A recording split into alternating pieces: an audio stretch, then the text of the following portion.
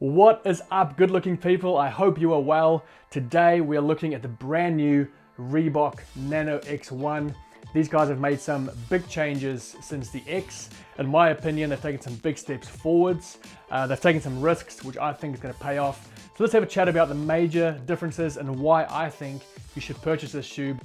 So the first thing I noticed when I picked up the shoe is just how light it is. They've definitely taken a lot of the weight away from the X. I think they've listened. I think people thought that they were too heavy, the X's. So this shoe is definitely a lot more stripped back, a lot more minimalistic, and much lighter.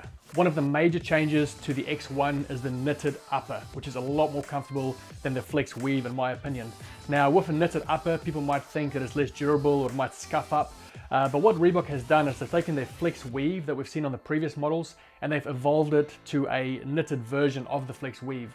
But with their testing, which they claim has been extensive and a pretty lengthy process with different athletes around the world trying this out, they claim that the new knitted upper is as durable as the flex weave that we've previously seen. So now we can enjoy more comfort and, in my opinion, a better looking shoe with the same durability as the flex weave.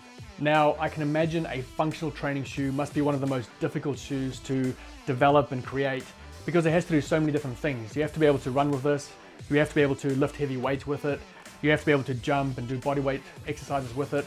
And so getting that balance right is really important. And I feel like Reebok are getting very close to getting that balance perfectly right with the X1. And the reason I say that is because of the heel drop. Previous models and most functional training shoes for that matter has a formal drop, so a pretty low flat shoe. A running shoe in comparison has about a 9mm, or most running shoes has a 9mm drop. What they've done with the Nano X1 is that they've gone for a 7mm drop, so they've raised it up from previous models and they've gone just underneath that kind of running feel. So this shoe to me feels like a running shoe that you can also train in. Now you're probably thinking the same thing I did. If this is more a running shoe that you can also train in, then perhaps it won't be that great for lifting heavy weights. And that certainly was what I was thinking, but I was wrong.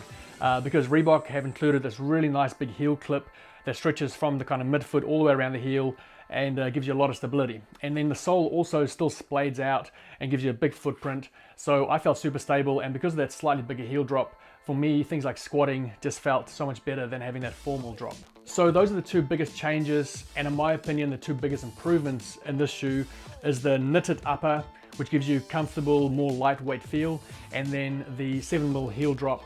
But Reebok didn't stop there. They also wanted the shoe to be super comfortable, and so what they've included in the shoe is a technology called the FloatRide Energy, which essentially is a foam that they use as a high-end foam they use in all their running shoes.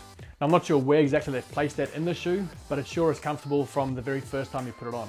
So although the shoe feels like a more stripped down, lightweight version of the previous Nanos, Reebok certainly has not missed out any details. It's got the little Rope Pro lip, so rather than having a big panel on the side for rope climbs, which adds extra weight to the shoe, it's got this little rough lip here, which felt fine on rope climbs. It felt as good as a bigger panel.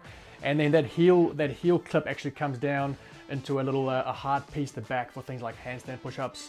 And then also, you know, the sole has that multi-directional kind of splayed out feel and look to it. So all the details are still there. They haven't skimped out on any quality or any performance pieces that you need for the shoe, but it is definitely a bit more of a minimalistic feel to the shoe.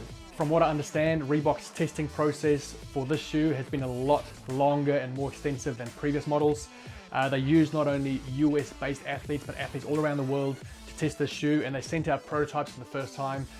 So they've received a lot more feedback and a lot more input from athletes, and so I think they are getting very close to the perfect functional training shoe.